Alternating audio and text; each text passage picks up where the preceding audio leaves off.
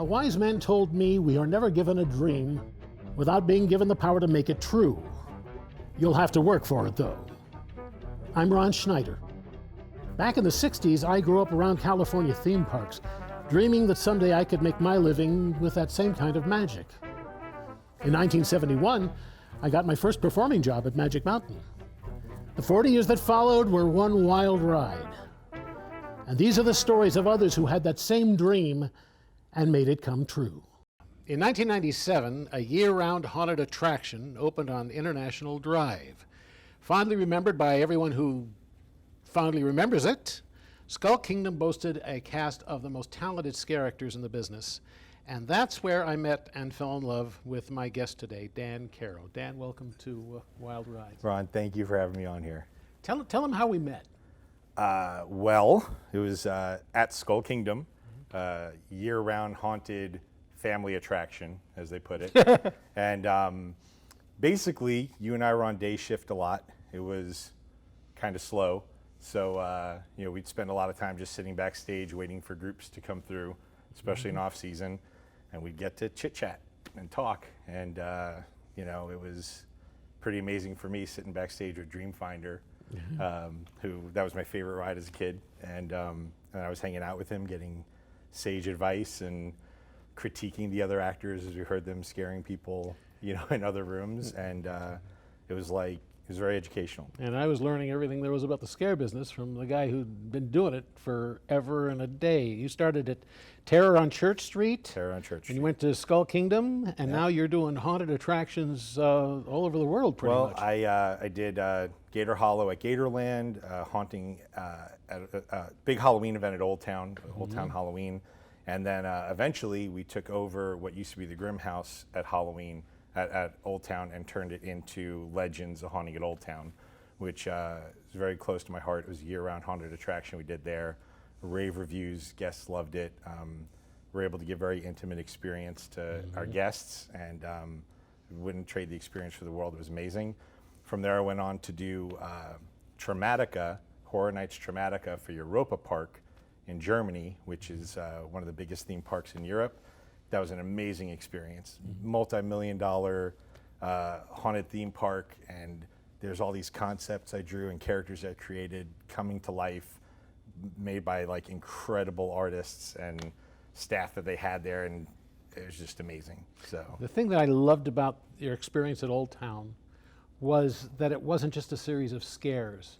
It was unsettling stories and personalities that you were meeting, and the whole thing wasn't just happening to you. You were causing it as you walked through. You were the reason it was happening. Well, it goes back to one of our conversations at Skull Kingdom.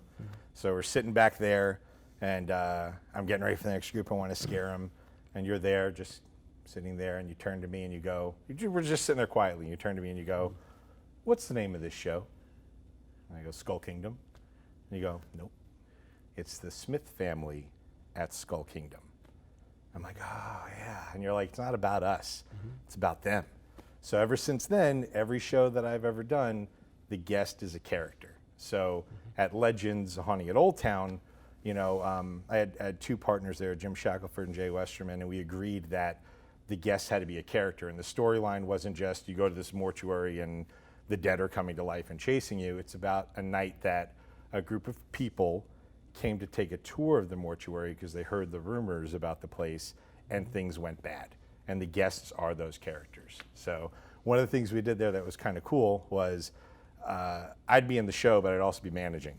So I would come downstairs and I'd line the people up to go in, and I'd get to talk to them for 5 minutes or so before they go in. "Oh, what's your name? Where you from? Oh, I see you like Batman. I like Batman too. I see it on your shirt, blah, blah, blah." And then I send them in, and while the greeter has them, I'm running up the stairs and putting on my coat, throwing on my mask. I tell all the other actors everything I know about them. This guy likes this, this woman like that, this is her name. And I had a whiteboard in the third room. So while the guests are downstairs, it was almost a 6 or 7 minute spiel they went through downstairs. They went through three or four rooms. I'd go upstairs and I'd grab a dry erase marker and I would draw the person. I'd remember what they were wearing and I'd draw them dead, like as a skeleton. I'd draw them as fast as I can on the board with their name real big and stuff. And whenever they rounded the corner and they saw that, they died. Oh my it was about them, and each actor knew, don't just hit the the scared woman or the little kid. That's too easy. I want every person in that group to get an impact. And if you don't know how to scare them, how are you going to entertain them? Find a way to entertain them anyway. So, and it was great. Nobody, I'm not exaggerating, came out of that show who wasn't laughing and clapping and running like they loved it, because it was about them, So, wow. And I learned that from you. So thanks. One of my questions that I ask people is, there been a mentor or somebody who's inspired you in what you do? Now, besides me, is there anyone else that's been a mentor or inspiration to you or trained you? I've been very lucky in that I never went to school for anything I did, right? I never had any formal training. I just jumped into it. My mom got me started. So my father passed away when I was really young, and my mom used to draw. And she used to do these murals on our walls. So I'd come home from school, and she did like R2-D2 and C-3PO and Chewbacca, it was really little. And then as I got older, I got into Thundercats. So I came home, and there's this giant mural of awesome mural of the Thundercats. All my friends would want to come over and stay over just so they could stare at the mural and stuff. And around 6th grade, I'm drawing, and she taught me to draw. And I'm drawing, and I show her a picture I did of Lion-O from Thundercats. I'm like, what do you think? And she goes, this is great. I never have to draw again. And she never drew again. She never drew another picture. And after that, she did draw with stick figures. Like all of a sudden, she wasn't drawing anymore. So I felt this pressure, like I have to keep drawing. I'm the only one drawing now, God. So from there, I go to high school. One of my high school art teachers is Peter Pasha, who goes on to do creative direction for, he's art director for Panama Jack. So just incredible. And I got all kinds of it's not even like lessons. It's not like he sat there and taught me to draw. It was just philosophies like you did with me. Like I always wanted to draw Batman and the Punisher, and he'd be like, somebody's already getting paid to do that. Draw your own thing. I can do that? Okay.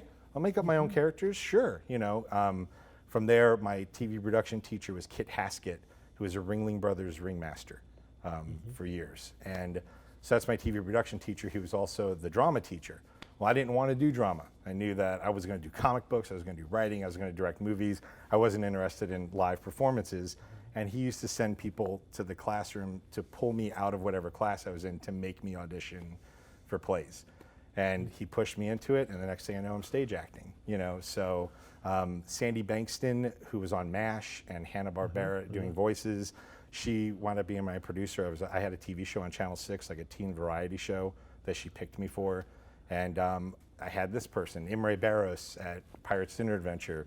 And now at Gatorland, I'm working with Mark McHugh, who was he was a Shamu trainer. I'm going to get this wrong, but I think he was curator of animals for SeaWorld. I mean, he's amazing. And I'm learning all kinds of stuff working with him and his wife, Diane. And I've just been lucky that I've just always been passed down from one mentor to another, and just picked up all this stuff along the way, and that's how I learned, so very lucky. I believe stuff like this comes from doing the best work you can where you are. Yeah. People notice that, and then they want to work with you. Right. They want to not only capitalize on what you can do and get that added to what they do, but they want to help people along. And I think that's a very important part of the business that the people coming up don't really realize. Right. That it's not so important to focus on where you want to be, but focus on where you are. Right. Keep your eyes on the prize, so to speak. And one of the problems I always had was you always want to be the smartest person in the room, but when you have people like that who have the experience and have that talent, and they want to teach you something, listen. Yeah. Like stop and listen, and it's just funny because I find myself when I work with people and I'm directing and stuff, I'm repeating back the things that my mentors told me, and it's just a sentence. It's just a sentence here, a sentence there, but it's true, and it explains everything that we have to do, What is it about scaring these poor people that you find so attractive? Okay, so to me, here's a confession. I don't like horror. I don't like horror movies. I'm a superhero guy, and I don't like seeing people get hurt or victimized. Like, it drives me crazy that there's a serial killer in the movie and no hero is coming to stop him, you know? Mm-hmm. But the thing I discovered when I took the job at Terror on Church Street, I took it as an acting job. It was a year-round acting job, and that's what I wanted. And what I learned was that haunted house work, to me, is the most intimate form of theater that there is. So you could be on stage and an audience might clap for you because they feel bad for you, you know? But nobody ever wets their pants because they feel bad for you and they want you to feel good about what they did. Like, you are performing for people in such a way that you're almost taking them to a fight or flight response, you know? Like, they're really living and experiencing whatever, if you're doing it the right way, whatever it is that you're presenting to them.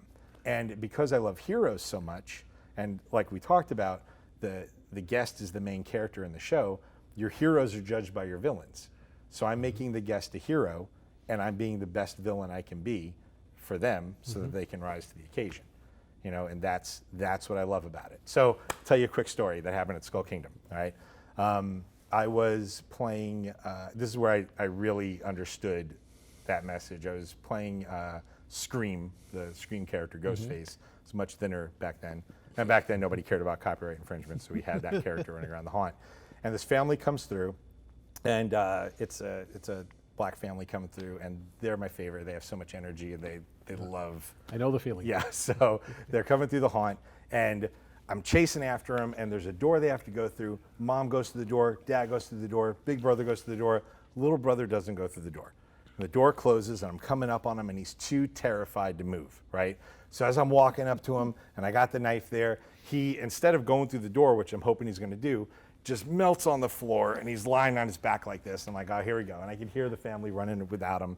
So I'm about to take out my radio and call for a manager to come bring the kid downstairs, when all of a sudden, and superhero music could have played, the door opens, there's Dad. Doesn't come in the room, but he grabs the door jamb, leans in, grabs the kid by the shirt, throws him like into the hallway behind him, and I'm like this with the knife, and he goes, I'll never forget, he goes, ah! And he slams the door.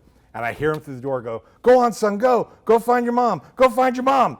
And so I'm pushing on the door, and he's pushing back. And in the meantime, right over here, I have a boo door I can go through and just come right behind him. But I'm pushing on the door, and do you remember Big Dave? Oh, yeah. Big Dave comes over and goes, what are you doing? And I go, giving this guy a good show.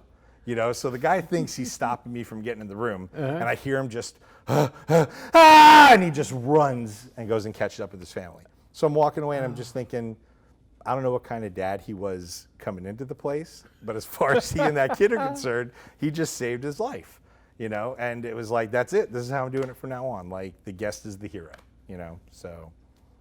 Oh, that's wonderful. Yeah. I have always been fascinated with Renaissance fairs. I never got to do one.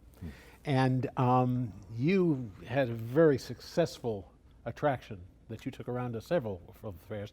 I'd love for you to talk about the origins and the operation of the Monster Hunters and Monster Museum. Well, I had the Mythical Monster Museum, or Raptus and Crane's Mythical Monster Museum. And that came about because Alan Hops, who's amazing, talented guy, he's currently creative director over at Dark Hour in Plano, Texas. Oh, nice. And he's doing incredible stuff there. So you got to check out what he's doing. Him and his team are doing. It's great stuff. But you know, we came up together. So I met him at Terror on Church Street and worked together at Skull Kingdom. And he comes to me and he goes, listen, you know about Renaissance fairs? Yeah, I've heard of them. I want to do a monster museum. Okay? I want you to work with me on this monster museum idea. I'm not interested. He's like, but it's a monster museum. Well, I don't like monsters. I like heroes. Okay, I'll tell you what. I'll help you with it if I could be a monster hunter and you could be the monster. Great, perfect. So we kept meeting at Barnes & Noble. We'd look up different monster stuff, and it was just basically going to be, the storyline was that I was this semi-retired monster hunter. You pay a little money and you come in and you see all of the basilisks and trolls and goblins and vampires and creatures I've hunted and killed over the years. And so I'd be out front and take your money, and Wolfie, as I call him, Alan, was going to be inside in a troll suit and tormenting people like he was a live troll that was captured, you know. So we had all these ideas. We gave up on it, you know, not gave up on it, just we went our separate ways. You know, he moved to Dallas and was getting married, and we just weren't talking for a while. And he calls me up one day and he's like, we're doing the museum. And he starts sending me all these pictures in an email. I found the spot. I'm going to put it on credit cards. You got to fly over here. We're doing it. So flew over there, spent about 2 weeks not sleeping, putting it together, building it. And the show opens. We're both completely exhausted, don't remember our names. And people come in and they go nuts. Like, kids are going crazy. They're stopping and reading every single plaque. Like, I hand drew all these plaques and wrote out all the information. Alan sculpted all the monsters, and people are just in love with it. And eventually, people start coming and they're cosplaying as our characters, and they're having us autograph stuff. And then I'd fly back to Orlando and go back to work, and no one would care who I was. And then on weekends, I'm flying back out to the Ren Fair, and I'm this big hero, you know. And it was amazing. And one of my favorite moments, I fly out there. I didn't make it every weekend. You know, a little expensive flight every weekend. So I fly out one weekend, and the cashier goes, I'm glad you're here, because there's this kid that's come every day for the past 3 weeks, and he keeps asking if you're here. Is Sir Daniel here? Is Sir Daniel here? And she's like, so now you're here, so that's great. I'm like, awesome. So I'm there, and I'm standing out there, you know, in my cape and my full armor, and I'm talking to people. And the little kid comes over, asks the cashier, is Sir Daniel here? She goes, yeah, he's right over there. And she thinks he's going to come talk to me, and he goes, okay. And he takes out his money and puts it on the counter and goes in the museum. It was just that he wasn't willing to go into the museum because he was nervous unless he knew I was around. It wasn't about meeting me. It was about making sure that the monster hunter was there. So The thing that I so loved about the character of Sir Daniel was that you would do shows outside. You have instructional things teaching people how to be a hero, how to be a monster hunter, and it was done tongue-in-cheek. It was you were making a fool of yourself, yes, and of them, right. But it was completely in character. It was Right. all and like most Renaissance fairs are. It was completely in character, Right. And so that the kids could be all wrapped up in that story, but I, as an adult, am sitting there going, oh, this is so funny. So another mentor who doesn't know who was my mentor was Adam West. Oh, yeah. And that was where I learned that from. So as a kid, to me, the most serious drama in the world was the 1966 Batman show. That was high art. It was the greatest TV show in the world. And then when I started watching it again when I was older, I was like, it's a comedy? What? You know, and then I got to watch it all over again with completely different eyes, and that's what we try to do at the Monster Museum. There's all these jokes baked in, there's all these gags, our characters, there's a lot of self-depreciation, but not with the kids, and you know, so it was that kind of thing where there's some jokes the adults are getting that the kids aren't catching, you know, and that's by design. And at the same time, plenty of adults would show up in costume as monsters and want us to chase after them and want to antagonize us. Other people will come and they would say they were monster hunters. They wanted us to train them, you know, and that's it. You play with people all day, and it was amazing. One day I get there and I'm on break upstairs, and Alan ducks his head in and he goes, I need you to get in your armor and get downstairs now. And I go downstairs, and there's 40 people out front picketing because they're with PETM, for People for the Ethical Treatment of Monsters. Oh my God. These people got together and decided they were going to protest the way we treated monsters, and you know, so we're just out there, you know, yelling at them, and they're yelling back at us, and it was amazing, you know. So that's you know, when you get to be a part of things like that, and that's one of the things I love about the level I get to work on with places like Gatorland, and you know, it's that you're not trying to do people eater stuff, and you're getting to really create moments for people, and whether you're scaring the hell out of them or whether you're telling a kid that he doesn't have to be afraid of the dark because a monster's greatest weapon is fear and yours is courage, you know, and you see that light bulb go off in their head. And you know, that's the thing. It's like it's creating these moments for people, and that's what I'm addicted to. That's what I love. Wow. A lot of what you do now is consulting work. Yeah, I do a People lot. who have heard about you or seen what you've done. And they come to you with a desire. Sometimes they have an idea, which may be a terrific idea, might not be a terrific idea, but they want to do something Right. in your bailiwick. Right. And how does that work for you? How do you approach that kind of work, those kind of people? Well, when people like that call, usually the common thing is they have an idea, they're enthusiastic and excited about it, and they, number one, want validation. Is this a good idea? Can it work? You know? And once you give them that, then it's just a conversation about how do we make it work, you know? And that's really the trick, you know? It's something where it's, in a way, you're almost mentoring them, you know, because they want to do this thing and they're just not sure how to do it. And they put everything out on the table and it's like Legos. Let's see if we can put this together, you know? And that's really what it is. It's anybody can create and have great ideas, you know, but it's hard to do in a vacuum. And so you always want a talented team around yourself. That's my secret. You know, I work with Ken Gazzetti, who does videography with me, and he's absolutely amazing. And Mike Layton, who does a lot of the technical direction on projects that I do. But people don't have that. Sometimes they just have an idea in a venue, and you have to come in and become that team for them. And that's how you approach it, you know. One of the places that you worked at for a long time, where we became pretty close, is your work in Pirates, at Pirates Dinner Adventure. Pirates Dinner Adventure. Which is a place that is constantly in flux. Yep. Great way to put it. You like that? Yeah. I added an L in there, so yeah. Right. The people who run it always have ideas, always have things that they want to put in, and some of their ideas are terrific. And you helped them out with the other stuff. Right. For a long time. Right. Talk a bit about your work there and what you're proud of there.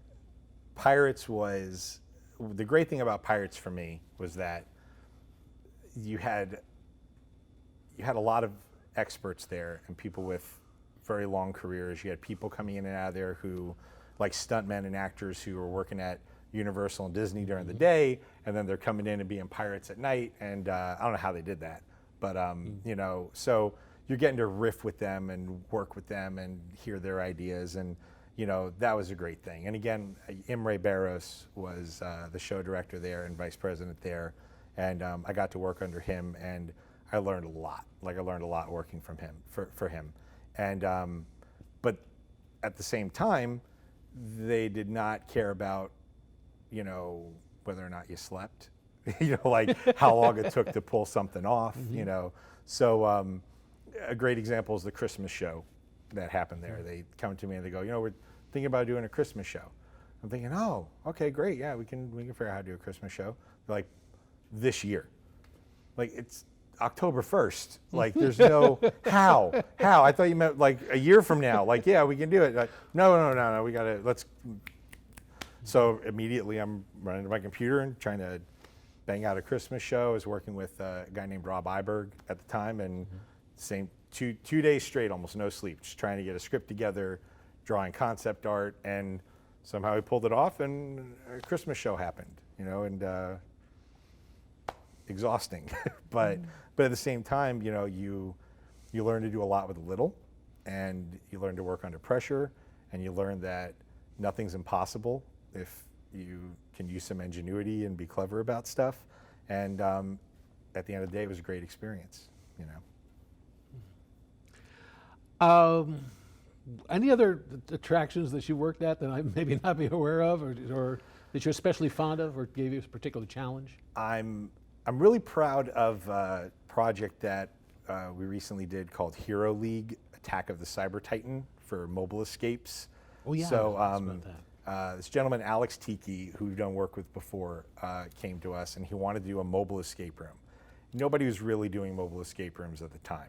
So he came to us, he goes, I had this idea, we get a trailer, and we do an escape room in the trailer, and I just want it to be amazing. Like I want it to be like, you're going to a brick and mortar escape room, but you're in this trailer.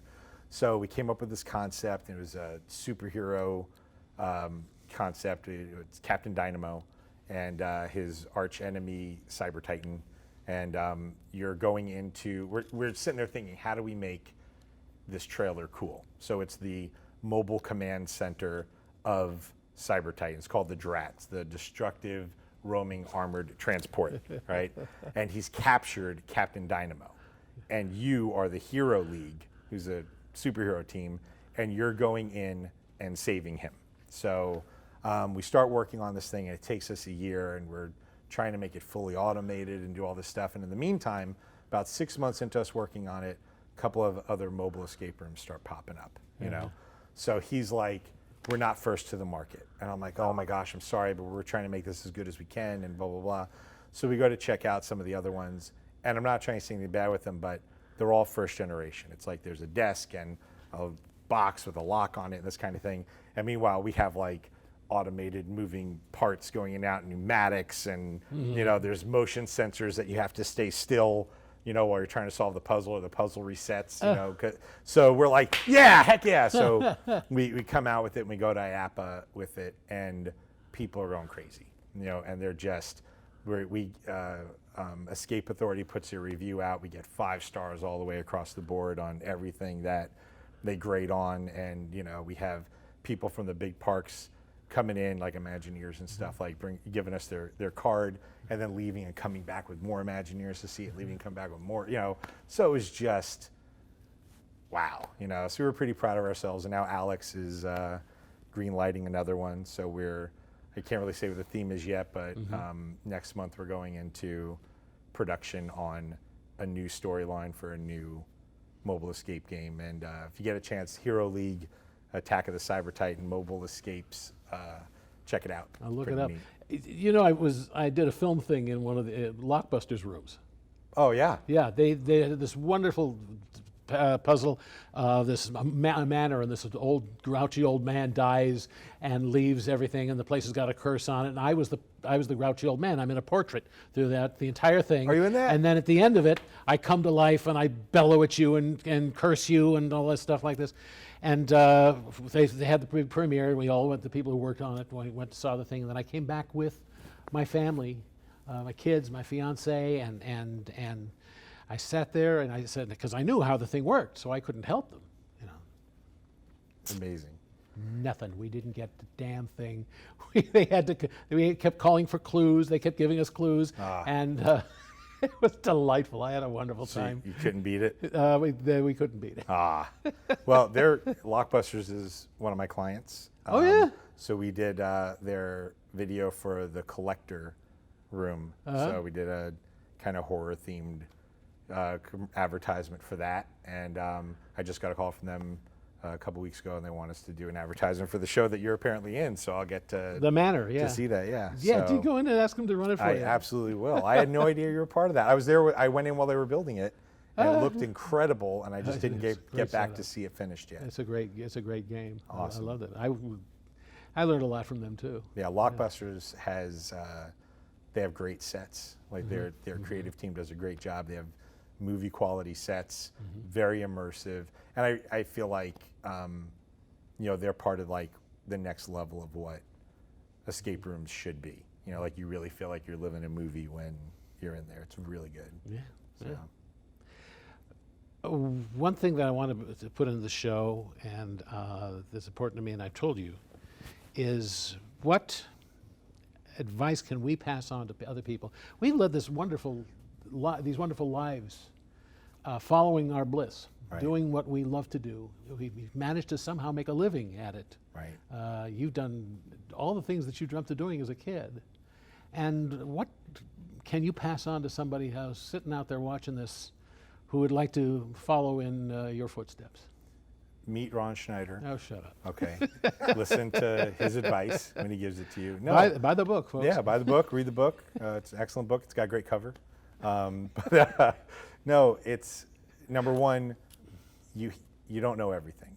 So seriously, find mentors, find people who have done it before, learn everything you can from them, and then do it your way.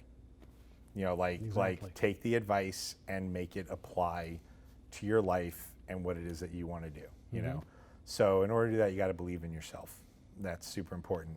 And you also have to know what you can do and what you can't do. So something that drives me crazy is, Gatorland. They said, can you design this ride? I'd never designed a ride before, but I knew I could do it. When we had the discussion, I knew all of the elements that they were putting into it, and I knew all of it was stuff that was in my bag of tricks. And I was like, yeah, I can do this with you. And the ride's fantastic. It's a Stomping Gator off-road adventure because I knew I could do it even though I hadn't before. But I think some people, especially when you're starting out, you just say yes to everything, and you think, how hard could it be? I'll figure it out when I get there. And your client doesn't deserve that. Say yes to the things you know that you can do and do them as awesome as you can. And the things that you can't do, be upfront and don't do that to yourself for them, earn it. And that's it. It's two things I can't stand when people say, how hard could it be? Or why don't we just? No. If you're saying one of those things before you present your idea, you don't have an idea. And so yeah, just know what you can do and do it as best you can. That's my advice. Wonderful. Listen, thank you for this. This has been just a wonderful interview. And I love you, Dan. What can I tell you? I love you too. Yeah. Thank you for everything from Dreamfinder, everything back then, and then that I got from you as a kid when I didn't know you, and everything after. I wouldn't be where I am if it wasn't for you. So thank you. Thank you very much. Just give me a number. How many other projects have you got going right now? Just give me a number. What I'm working on currently? Yeah. About 6. About 6. The two I can talk about would be Gatorland and Hero League, mobile escapes. So it's a busy man. Yeah. Thank you for tuning in, and thank you, Dan. I'm Ron Schneider, and follow your bliss. It's a wild ride.